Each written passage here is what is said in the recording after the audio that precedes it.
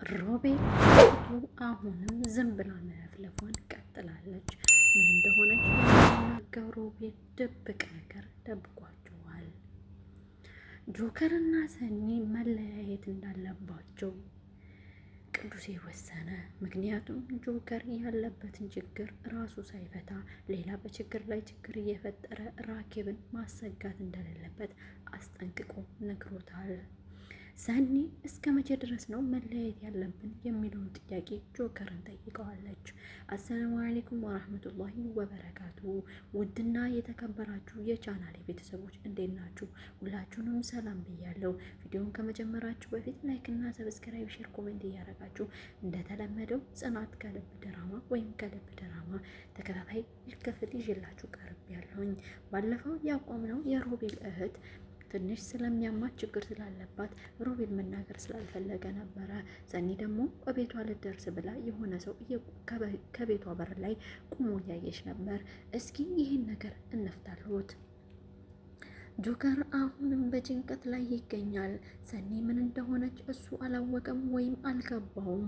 ነገር ግን በሯ ላይ የሚቆመው ልጅ ወይም በየቀኑ እየመጣ ማታ ማታ ይሄ ነው ደብዳቤ እያለ የሚያስቀምጥላት ሁልጊዜ ይህ ነበረ። ደብዳቤውን አስቀምጦላት ሄዷል። ከዛም በኋላ እሷ ደብዳቤውን አነሳችው። ካነሳችው በኋላ ምንም ሳታነበው ሳትከፍተው ወደ ጆከር ይዛው መሮጥ ጀመረች። ጆከርም በጭንቀት ስለነበረ እንቅልፍ አልወሰደኝ አዳሬም ብሎ ከሆነ መንገድ ላይ ቁሞ እየጠበቃት ነበረ። ሰኒ ደህና ነሽ ወይ? እንዴት ነሽ? ሁሉ ሰላም ነው ወይ ብሎ ሰላምታ ካቀረብላት በኋላ ስልኩን እኮ ከዘጋሽው ሰዓት ጀምሮ እንቅልፍ አልወሰደኝም፣ በጭንቀት ላልቅ ነው። ምንድነው የደረሰብሽ? በግልጽ አናግሪኝም ወይ ብሎ ይጠይቃታል። ምንም አልሆንኩኝ፣ እኔ ደህና ነኝ። ነገር ግን ማታ ላይ ደብዳቤ ጥሎ የሄደው ልጅ ደብዳቤውን አላነበብኩትም። ለእኔ ይሁን ለማን ይሁን ምንም አውቀው ነገር የለኝም አለችው። ደብዳቤውን ግለጭና ሳይኝ፣ እስካሁን በጭንቀት አትግደኝ ይላል ጆከርም። ደብዳቤውን ለሁለት ከፈቱትና አነበቡት። ራኬብ እህትሽን ሰኒ ማለት ነው። እህትሽን ሰኒ ከጆከር አርቂ የሚል ነበረ ደብዳቤው። እስከ መጨረሻው ድረስ አነበቡት። ካነበቡትም በኋላ ፍሬ ሀሳቡ ከጆከር መራቅ እንዳለባትና ጆከርን የሚፈልገው ሰው ሊበቀለው እንዳለ፣ አለበለዚያ ደግሞ ሰኒን ስለሚወዳትና በጣም ስለሚንተፈሰፍላት እሷን የችግሩ ሰለባ እንደሚያደርጓት የሚያትት ደብዳቤ ነበረ። ደብዳቤውን ካነበቡ በኋላ ከዚህ በኋላ ራኬብ አንቺ እንኳን ባታነሹ ሰኒ ካነሳችሁ በሌላ መንገድ ይሁን በቀጥታ መንገድ አንቺን አግኝተን ማናገራችን አይቀርም። ስለዚህ ሰኒ እህትሽን የምትወጃት ከሆነ ከጆከር ጋር ያላትን ግንኙነት አቁም የሚል ደብዳቤ ቢደርስሽም ባይደርስሽም እኛ አንቺን ከማግኘት ወደኋላ እንደማንል በእርግጥ እንነግርሻለን የሚል መጨረሻው ላይ ከደብዳቤው ጥብቅ መልእክት አድርገውበታል። ጆከርና ሰኒ ይህን ነገር ካዩ በኋላ መወሰን ያለባቸውን ጉዳይ ወሰኑ። እነሱም ከአንድ ላይ መሆን እንደሌለባቸውና ግንኙነታቸውን በድብቅ ማድረግ እንዳለባቸው ተነጋገሩ። ነገር ግን ሰኒ ልትቀበለው ፈቃደኛ አይደለችም። እስከ መቼ ድረስ ተደብቀን ድብብቆሽ የምንጫወተው? እኔ እናንተ ጠላታችን ማን ነው በማለት ጠየቀች። ማንም ይሁን ማንም ከዚህ በኋላ ማድረግ ያለብን ውሳኔ ይሄ ነው ብሎ ጆከር ወሰነ። ከዛ በኋላ ይህን ከተነጋገሩ በኋላ ተለያዩ። ፍቅርና ብሩክ ማለት ነው አዲስ ፍቅር ሊጀምሩ ነው እንበል። ነገር ማፊ ተጨንቃለች። ምክንያቱም ማፊ የአባቷ ንብረት የነበረውን ድርጅት ሌላ ሰው ወስዶባታል። ስለዚህ ያን ድርጅት ደግሞ አባቷን ገለው ነው ድርጅቱን የወሰዱባት። ድርጅቱን ደግሞ አስመልሳለሁ እያለች ተፍ እያለች ነው። ስለዚህ ማፊ ድብቅ ነው ሚስጥሩ፣ አልተናገረችም። ነገር ግን ሁሌ ማታ ማታ እየተነሳ ታለቅሳለች። አንደኛ በዚህ በኩል ጆከርን ትወደዋለች፣ ታፈቅረዋለች። ጆከር ደግሞ ማታ ማታ እየመጣ ችግርሽ ምንድን ነው እያለ ይጠይቃታል። ነገር ግን ችግሯን በግልጽ መናገር አልፈለገችም። አንደኛ ማንንም መመጥበጥ አልፈልግም ብላለች። ምክንያቱም ሰኒ ብትሰማ ይሄን ነገር ማፊን ጆሮዋን ይዛ ነው የምገነጣጠልላት ወይም ጸጉሯን ይዛ ነው የምነጫጭላት። ስለዚህ ሰኒ ደግሞ በጆከር ቀልድ አታውቅም ማለት ነው። ይሄ የታወቀ ነገር ስለሆነ ከነሱ ጋር መጣላት አልፈለገችም። ውስጧ ግን የታመቀ እምቅ የሆነ ኃይል አለ። እህትም ወንድም የላትም። ግልጽ አድርጋ ለሰው አትነግረውም። ስለዚህ አንዳንዴ ደግሞ እንደዚህ አይነት ነገሮች ናቸው ውስጣችሁን የሚጎዳችሁ ከኔ ጀምሮ ማለት ነው። እኔ በነገራችን ላይ ብዙ ነገሮችን ግልጽ አድርጌ ማውጣት አልፈልግም። ነገር ግን ሰዎች ሊረዷችሁ የሚፈልጉ ሰዎች ሊኖሩ ይችላሉ። በመልካም ነገር በመጥፎም ነገር የእናንተን ቀዳዳ ጎና አይቶ ሊያጠቋቸው የሚፈልግ ነገር አለ። ያ ነገር ስላለ ሁሉ ነገር ባይነገር ፕራይቬት ቢሆን ባይነኝ እኔ መናገር የለበት ቦታ ላይ መናገር የሌለበት ቦታ ላይ ፕራይቬት ማድረጉ የተሻለ እና ቀኑ ሲደርስ ሁሉም ለሁሉም ጊዜ ያለው ይባል የለ ቀኑ ሲደርስ ይወጣል ብዬ አስባለሁኝ። እና እስኪ ወደ ድራማው መለስ ስንበልና ሰኒ ይህን ከተነጋገሩ በኋላ ወደ ቤት አመሩ። ከበዛም በኋላ ብሩክና ሰኒ ሁልጊዜ መገናኘት እንደሌለባቸው እና ብሩክ ጋር የሱና ስራዋን መስራት እንዳለባት ሰኒ ወሰነችው ውሳኔ ነው። ነገር ግን በዚህ በኩል የራኬብ ጭቅጨቅ አለ። እስከ መቼ ድረስ ነው ከጆከር ጋር የምትገናኙ? ጆከር ጋር ያለሽን ግንኙነት አቁሚ፣ ምክንያቱም ጆከር ጋር ስትሆኚ ነው ሁለመናሽ ህይወትሽ የሚበጠበጠው እያለች ቀን በቀን ጭቅጭቋና ንዝንዟ የታወቀ ነው። ጆከር ሳይነሳ እዛ ቤት አይውልም። ያ ቤት ጆከር ከተነሳ ቤቱ ፈርሶ ነው የሚለያዩት። ራኬብና ሰኒ ትወደዋለች፣ ራኬብ ደግሞ ይሄ ሰውዬ ይጎዳሻል አንቺን የምትል ናት። ይህም በመሆኑ ሰኒም ብትሆን ወይም ጆከርም ቢሆን ቅዱስ የተረጋጋ መንፈስ ስላለው እና በሰልም ስለሚል ከነሱ በእድሜ ሁሉን ነገር ጠለቅ አድርጎ ስለሚያስብ ሰኒም ብትሆን ጆከርም ቢሆን እንዲሁም ራኬም ብትሆን ለቅዱስ ማናገራቸውን ቀጥለው ባህል ቅዱስ ግን ደስ የሚለው ፓርቲ ይሄ ነው። በጣም እኔ በአካልም እንደዚህ ሆንክ በጣም አሜዚንግ ነው የሚያደርገው። ሰኒ ነግራው ነበረ ስለ ግንኙነታቸው፣ ስለ ጆከርና ስለ እሱ ግንኙነት፣ ስለ ጆከርና ስለ ሰኒ ግንኙነት ሰኒ ናት የነገረችው። ከዛ ግን ራኬብ ጋር ሲሄድ ምንድን ነው መሰለው እንደማያውቅ ሰኒ እንዳልነገረችው ሆኖ ነው ሰኒ ራኬብን ሲያናግራት የነበረው። እንደገና ደግሞ እንትናም ጆከር ራሱ ሲነግረው ሰኒ በቃ በደንብ አድርጋ እንዳልነገረችው አድርጎ ነው ሲያወራቸው የነበረው። እና ጥሩ ነው ገብቷቸዋል። አንድን ሰው ለማስታረቅና ለማገናኘት ስትፈልጉ ያ ሰውዬ እኮ እንደዚህ ብሎኛል ከማለት ዝምታን መምረጥ የተሻለ መፍትሄና ፍሬ ሀሳብ እንዲሁም ደግሞ ቁልፍ መፍትሄ ነው ብዬ አስባለሁ እኔ በራሴ በኩል። ስለዚህ ቅዱሴ እያደረገው ነገር በጣም ትክክልና በጣም ጥሩ የሚባል እርምጃ ነው ብዬ አስባለሁኝ። ራኬብ ቤት አምሮቶ ከዚህ በፊት ቅዱስና ራኬብ ተነጋግረው ነበረ። ነገር ግን ሰኒና ጆከርን ማለያየት እንደሌለባቸው፣ ሰኒ ጆከርን እንደምትወደውና የአንድ ሳንቲም ገጽታ እንደሆኑ በደንብ አድርጎ ቅዱስ ነግሯት ነበረ። ቅዱስም አሁንም ከሁሉም ጎን እየሰማ ፍሬ ሀሳቡን ለመውሰድ ነው የፈለገው። ምክንያቱም አንድ ነገር ከአጸዳችሁ አይቀር ወይም አንድ ነገር ፍሬ ሀሳቡን መያዝ ከፈለጋችሁ ወይም ዘላቂ የሆነ መፍትሄ ከፈለጋችሁ ከስሩ ያለውን መሰረት ችግሩን ነቅላችሁ ነው። ችግሩን ካልነቀላችሁት ሁሌ እያደናቀፋችሁ ለእናንተ ውድቀትና ለእናንተ መሰላቸት ህይወት እንደሰላቻችሁና ፍቅርን እንዳታጣጥሟት ያደርጋችኋል የሚለው ቅዱሴ አሁንም ቆስጠን ያለ ኮስተር ያለ እርምጃ እንዲወስዱ አስጠንቅቋቸዋል። ለሰኒና ለጆከር ጆከርን እንዲህ ሲል መክሮታል። ጆከር ወደ ቅዱሴ ቤት አመራና ቅዱሴ እንዴት ነህ? ደህና ነው ወይ? ሁሉ ሰላም ነው ወይ? ኧረ እስካሁን ድረስ ምን ሆነህ ነው ብቅ ያላልከው? እያለ ጠየቀው። ቅዱሴን በአጠፋው መልስ ሰጠ። በጣም ይቅርታ ጆከር፣ መጠየቅ ነበረብኝ፣ የመኪና አደጋ ደርሶብህ ነበር በማለት መለሰለት። አዎ ደርሶብኝ ነበር፣ ነገር ግን ችግር የለውም ቅዱሴ፣ ይሄ ይቅርታ የሚያስተያይቅ አይደለም፣ ሁላችንም በራሳችን ጉዳይ ቢዚ ሆነናል በማለት ጆከር መለሰለት። ቅዱሴም በመቀጠል እንዴት ነህ? ደህና ነው ወይ? ሰኒ ደህና ናት ወይ? ምንድን አዲስ ነገር አለ ብሎ ጠየቀ ቅዱስ። ይሄን ሲጠይቅ ጆከርም በአጠፋው መልስ ሰጠ። ጆከርም አዎ ጥሩ ነው፣ ሁሉ ሰላም ነው፣ ነገር ግን አንዳንድ ነገሮች አስቸጋሪ ነገሮች አለ በማለት መለሰለት። ጆከርም ምንድን ነው አስቸጋሪ ነገር የምትለው ብሎ ቅዱስ ጠየቀው። ቅዱስም ምንድን ነው የተፈጠረው ነገር እስኪ ረጋ ብለህ በተረጋጋ መንፈስ አስረዳይ በማለት ጠየቀው።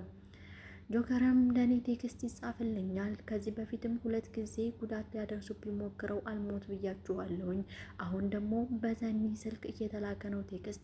ሰኒ ጋር የሚደወልላትና እኔ ጋር የሚጻፍልኝ ቴክስት ወይም የሚደወልልኝ ቴክስት ስልክ ቁጥር አንድ አይነት ነው። ምን ማድረግ እንዳለብን ግራ ገብቶናል በማለት ለቅዱስ ነገረው ጆከር። ቅዱስም ያንተ ጥላቶች ብዙ ናቸው፣ ስለዚህ ጥላቶችን ደግሞ ነቅለህ ማውጣት አለብህ። በሰኒና ባንተ ላይ ይሄ ነገር ጥሩ አይመስለኝም። ራኬብም ደግሞ በመሀላችሁ እየገባች መጨቃጨቃችሁ፣ እኔ በበኩሌ በእነሱ ቦታ ብሆን አንድ ወንድሜ ችግር ውስጥ እየገባ ቁም ይመለከታለሁኝ እንዲህ አልመለከትም። ከችግሩ ከመፈጸሩ በፊት ወይም ከመፈጸሙ በፊት ቀድሜ ወንድሜ ማስጠንቀቂያ ሰጣለሁ። ወንድሜን እዛ ችግር ውስጥ የማይከቱትን ነገሮች በሙሉ በሮችን በሙሉ ቆላልፋለሁ በማለት ቅዱስን መለሰለት። ራኬብም እየተጠቀመች ያለችው ያንን ነው። ስለዚህ ራኬብ እንደ ጥፋተኛ አድርጋችሁ አትመልከቱ። መጀመሪያ ራስህ ላይ ያለውን ችግር በደንብ አድርጋ ቅረፍና ወደ ራኬብ ትሄዳለህ። የራኬብ ጉዳይ እዳው ገብስ ነው በማለት መለሰለት። ጆከርም ምንድን ነው የምትለኝ? ይሄ ነገር ሊገባኝ አልቻለም። እኔ ሰኒን አጥቼ መኖር አልችልም፣ ሰኒ ደግሞ ለኔን አታ መኖር አልችልም። ስለዚህ ምን ማድረግ ነው ያለብን በማለት ጠየቀ። ቅዱሴም ረጋ ባለ መንፈስ እንዲህ ብሎ መለሰለት። ግንኙነታችሁን በውስጥ አድርጉት። እኔ ተለያዩ ብዬ አላልኩም። ነገር ግን አንተ ያለብህን ችግር በደንብ አድርገህ ቅረፍና ከዛ በኋላ ሰኒ ጋር ያለህን ግንኙነት መቀጠል ትችላለህ። ራኬብም በመሀላችሁ አትገባባችሁም። ራኬብ እኮ አንድ እህቷ ስለሆነች ነው ሰኒ ከሌለች ደግሞ ራኬብ መኖሯ ትርጉም አይኖረውም። ስለዚህ የሁለቱንም ስሜት መረዳት አለብህ በማለት ጆከር መከረው። ማነው ቅዱስ የመከረው ለጆከር ማለት ነው። ጆከርም እሺ በቃ ያልከኝን ሁሉ አደርጋለሁኝ፣ ከዛ በኋላ ጥሩ ኑሮና ጥሩ ፍቅር እንደምናከናውል ተስፋ አደርጋለሁ በማለት ተሰነባበቱ ከቅዱስ ጋር። ጆከርም ይህንን ምክር ይዞ ወደ ሰኒ ያመራ። ብሩክ አሁንም ሰኒን መከታተሉን ቀጥሎበታል። ለፍቅር ደወለላት። ለፍቅር ሲደውልላት ምን ፈልገህ ነው? በሰላም ነው ወይ ልታገኘ የፈለግከው አለችው። ነገር ግን ቀለበት ሲያደርግላት እነ ሮቤል ቤት ማለት ነው። ሮቤል ቤት ጆከር እና ሰኒ ቀለበት ሲያደርጉ ብሩክ ቆሞ ተመልክቷል። እና የሮቤል እህት ደግሞ ታማሚ ናት፣ የአይምሮ ጭንቀት አለባት እና የሚያወሩትን ሁሉ ከበር ስልክ ቆማ ትሰማለች። ይህ ነገር በጣም አደጋ ነው። እኔ የምመክራችሁ ነገር አንዳንድ ልጆች አላችሁ በዚህ አይነት በአይምሮ በሽተኝነት ባንወስደው መዳሞቻችሁ ሲያወሩ የሆነ ወሬ በር ላይ ቆማችሁ የምትሰሙ ከዛ የእናንተ ይሁን የሌላ ሰራተኛ ይሁን ሳትሰሙ መዳሜ እንዲህ ልታረገኝ ነው ብላችሁ የምታብጠለጥሉ ሰዎች አላችሁ እና ይሄ ነገር ቢቆም በተለይ ይሄን ነገር የምታዳመጡ ሰዎች ባታዳመጡ ኸይር ነው። ምክንያቱም ልንገራችሁ ለእናንተ ኸይር ከሆነ አላህ ሱብሃነሁ ወተዓላ ያሰማችኋል፣ ሸር ከሆነ ደግሞ አላህ ይዝጋልን ብላችሁ ዱአ አድርጉ። አትስሙ፣ ይቅርባችሁና የሮቤል እህት ያደረገችው ምንድነው? አይምሮ ጭንቀት አለባት። በረሰል ቁማ የምታዳመጠው እንግዲህ የሚያወሩት ጆከር እና ሰኒ የራሳቸውን ፍቅር ነው፣ ስለነሱ ስለ ሮቤል ቤት አይደለም። እሷ ግን ስለ ሮቤል ቤት ስለመሰላት ወንድሜንም ሊገሉት ነው እኔንም ሊገሉኝ ነው እያለች ያው እሪቁቁ ማለቷን ይዛበታለች ማለት ነው። ከዚህ በፊትም ያው ሮቤል ነግሯታል። እዚህ የሚመጡ ልጆች አሉ፣ ለስራ ሲመጡ አትበጥብጪ ድርጅቱ እንዳይዘጋብን ብሎ መግሯት ነበረ። ግን እህቱ ልተማው አልፈለገችም። ሁላችሁም ሰዎች አንድ አይነት ናችሁ እያለች ያው በደፈናው ጨፍለቃናለች ማለት ነው፣ ከኛም ጭምር ነው። እንግዲህ ይህ ቢሆንም ሮቤል ሲመጣ ምን ይፈጠራል የሚለውን አብረን እናያለን። ብሩክ ቀለበት ሲያደርግላት ለሰኒ ጆከር አይቶ ነበረ።